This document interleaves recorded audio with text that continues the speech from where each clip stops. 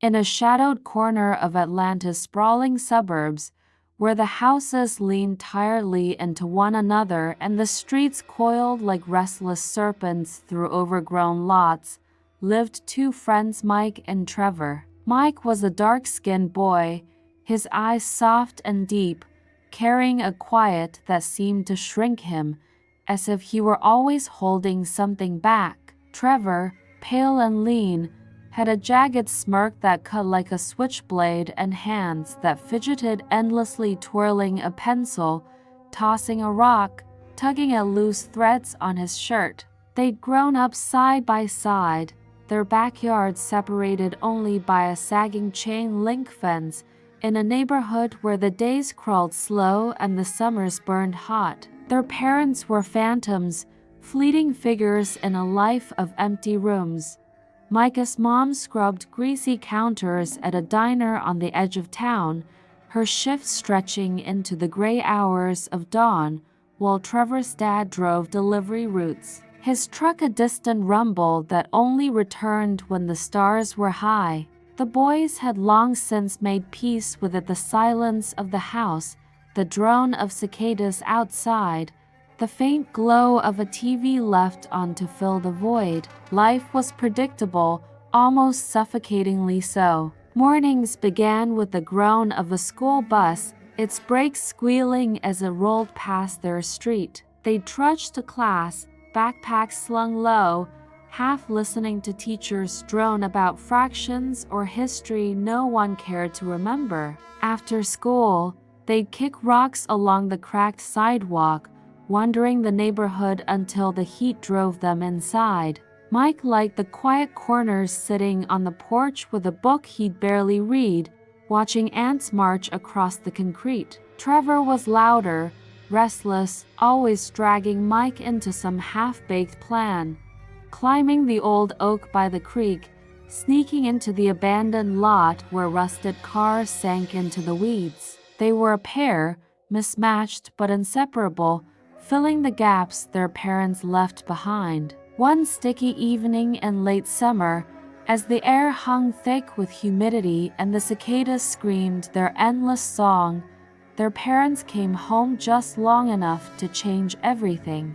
Mike's mom shuffled in, her uniform stained with coffee, and dropped a white box on the kitchen counter. "For schoolwork and to stay in touch," she said, her voice rough from shouting orders all night. She didn't wait for a reply, already halfway out the door. Trevor's dad followed suit an hour later, tossing a similar box onto the table with a grunt. "Same deal," he muttered, his eyes bloodshot from the road, before vanishing into the dusk. The boys stared at the box's brand-new smartphones, sleek and untouched, their screens glinting under the fluorescent kitchen light. School was a chore they endured, not a priority. These weren't for homework. They were a key to something bigger. The first few days were a blur of discovery. They sprawled across Trevor's living room, the carpet worn thin under their sprawled legs, downloading every game they could find, racing apps, shooters, anything with bright colors and loud sounds. Mike would tilt his phone so Trevor could see, their elbows brushing as they laughed at a car spinning off a track or a character dying in a hail of bullets. Evenings stretched into late hours, the TV flickering in the background as they scrolled through videos, pranks, stunts, cats falling off tables. Trevor would nudge Mike, grinning, "Look at this one," and they'd cackle until their sides hurt. The phones became their tether, a lifeline in a house that felt more like a shell. They'd sit on the porch sometimes, the night pressing in, passing the screen back and forth, chasing whatever caught their eye. Weeks slipped by, and the novelty faded into routine. But as the nights grew longer and the air turned cooler,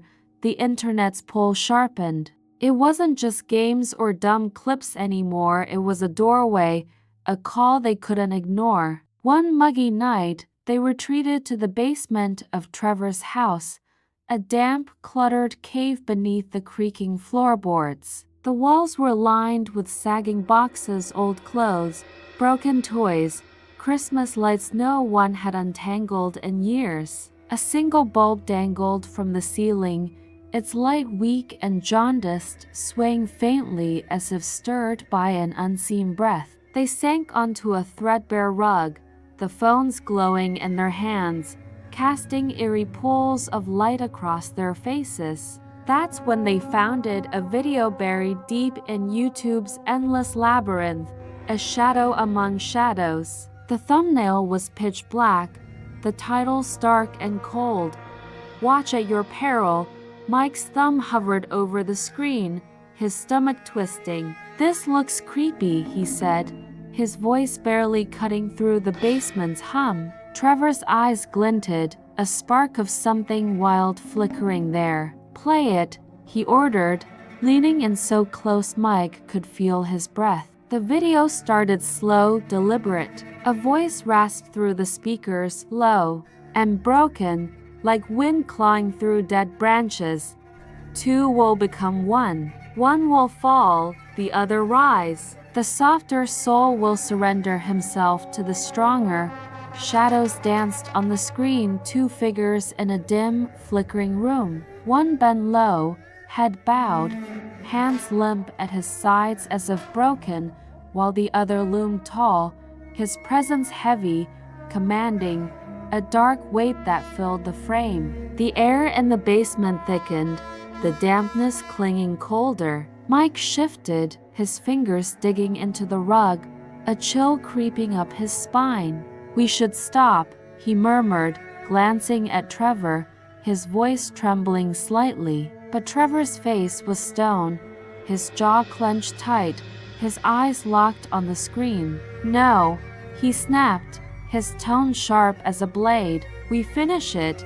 The screen went black, and the lamp overhead buzzed, flickering once, twice, then steadying. In the phone's dark glass, something moved, a blurred shape, too tall, too thin, hovering just behind them. Mike's breath caught, his heart thudding against his ribs. Trevor didn't flinch, but his hands shook as he set the phone down, the rug scuffing under his fingers. Neither spoke for a long moment, the silence pressing in, heavy and alive. They climbed the stairs that night without a word, the basement door clicking shut behind them, but the weight of what they'd seen lingered, a shadow stitched into their skin. Sleep turned traitor that night. Mike dreamed he was sinking into black mud, the ground swallowing him slow, a voice curling around him like smoke. "You're his. You yield, you bend," he thrashed awake, sweat beading on his forehead, the words echoing in the dark. Trevor's sleep was sharper. He stood on a jagged cliff, wind howling, pulling a shadow down with him, the voice hissing. "Lead him. Claim him. He's yours." He jolted upright, his chest heaving, a strange heat burning behind his ribs. Morning came gray and heavy, the sky sagging low over the suburb. They met under the old oak tree, its branches clawing at the air, their eyes shadowed and hollow. Trevor spoke first, his voice low, almost reverent, as he stepped closer to Mike. "It's a demon," he said, his breath hot against Mike's ear. "The demon of gayness. It's in us now." Mike looked away, down at the cracked pavement, his hands trembling in his pockets. Something twisted inside him, a pull, a weight, a whisper to give in, to let Trevor take over. "I feel it too," he whispered, his throat tight, his voice barely audible. "Like it's watching us." Trevor nodded slow, his smirk gone, replaced by something darker, something hungry. Days crawled by, and the change seeped in like damp rot. Trevor grew sharper, his words cutting through the air, his movements bold and sure. Mike felt softer, smaller, like the demon was hollowing him out, carving a space for something else. They avoided the basement at first, sticking to the porch or the living room, but the phones kept calling. One evening, as the sky bruised purple, they drifted back downstairs, the air thick with unspoken tension. Trevor turned to Mike, his eyes dark pools in the faint light. "You're mine," he said, stepping close, his voice thick with something heavy, something wrong. Mike's pulse raced, but he couldn't pull away. The demon's whisper was loud now. "Yield, surrender," and he stepped forward, drawn into Trevor's shadow like a tide to the shore. Trevor's hand clamped onto his shoulder, hard and unyielding, and the air turned dense, the shadows stretching long and thin across the walls. "I feel him," Mike breathed, his voice cracking as the light dimmed, the bulbs swaying above. But the floor betrayed them, a sharp groan, a snap, and the old boards buckled beneath their weight. They crashed onto a dusty couch, coughing through the haze, their laughter brittle and etched with panic. They told themselves it was a fluke, a dumb scare, but the dreams wouldn't stop. Mike saw himself kneeling in a black void, Trevor's shadow towering over him, the voice louder. "You're his forever." Trevor dreamed of chains, of dragging Mike into a pit, the voice chanting, "He's yours to command." They met the next day by the creek, the water sluggish and brown, their voices low. "We should delete it," Mike said, kicking a stone into the murk. Trevor's eyes narrowed. "No, it's part of us now." Mike shivered, feeling the pull again, the demon's claws in his chest. A week later, they tried again.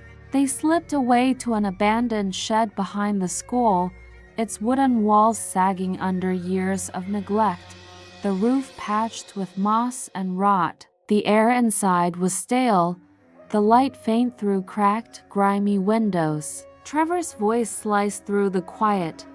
"Kneel for me." Mike's chest tightened, the demon's weight pressing down. "Bow, obey," and he sank to his knees, head low, hands trembling on the dirt floor. Trevor stepped forward, towering over him, his shadow swallowing Mike whole. "Prove you're mine," Trevor said, his tone cold, absolute, his hands clenched at his sides. The air buzzed, thick with something unseen, the walls creaking as if alive. But then the wind roared outside, slamming the shed door wide with a shriek. A rusted can tipped over, nails spilling across the ground in a sharp, chaotic clatter. They stumbled back, gasping, the moment torn apart, their shadows scattering in the dust. They couldn't shake it. The phone stayed with them, a curse they couldn't drop. Another night, back in the basement, they replayed the video, the screen flickering with those cursed shapes. The voice was deeper now. "Surrender. Rise." Mike's hands shook, his breath shallow. Trevor's burned with a strange fire, his fingers twitching. They tried again right there, Trevor whispering, "Bow to me," and Mike sinking low, the demons pull a chain around his neck. But a box toppled from the stack, crashing with a thud, and they froze, the spell broken once more. Mike's mom noticed first. She found him one night, curled tight under his blanket, whispering in his sleep, "I'm his." She stood there, listening, her heart sinking. Trevor's dad heard it too, muttered words through the thin wall. "He is under me." He clenched his fists, a knees crawling up his spine. Days later, they stormed the basement together, catching the boys mid-video, the screen alive with flickering shadows. It died as they burst in, the lamp buzzing overhead, and Mike's mom shouted, "What have you done to yourselves?" Their voices broke as they spilled it all, the demon of gayness, how it slithered in after the video, binding them in its grip, Mike yielding, Trevor claiming. Trevor's dad ripped the phones from their hands, his face flushed with fury. "This isn't a demon, it's that damn internet twisting your heads. Schoolwork, not this garbage." Mike's mom nodded, her eyes hard as flint, her voice trembling with anger. "You're too young to face this kind of darkness. Too young to be lost in it." They cut their hours after that, haunting the house like sentinels, their presence a wall against the shadows. The smartphones vanished, locked in a drawer under the kitchen sink, and the basement grew quiet, its air still heavy but empty. Mike tried to forget, sitting on the porch again, watching the ants, but he still felt it, a gaze in the mirror, a tug he couldn't name, a whisper in the dark corners of his mind. Trevor tossed in his sleep, his voice low and restless. "You're still mine." The shed stayed abandoned, the basement door stayed shut, but the weight never fully lifted. This story is a warning carved in shadow, a tale etched in the flicker of a cursed screen.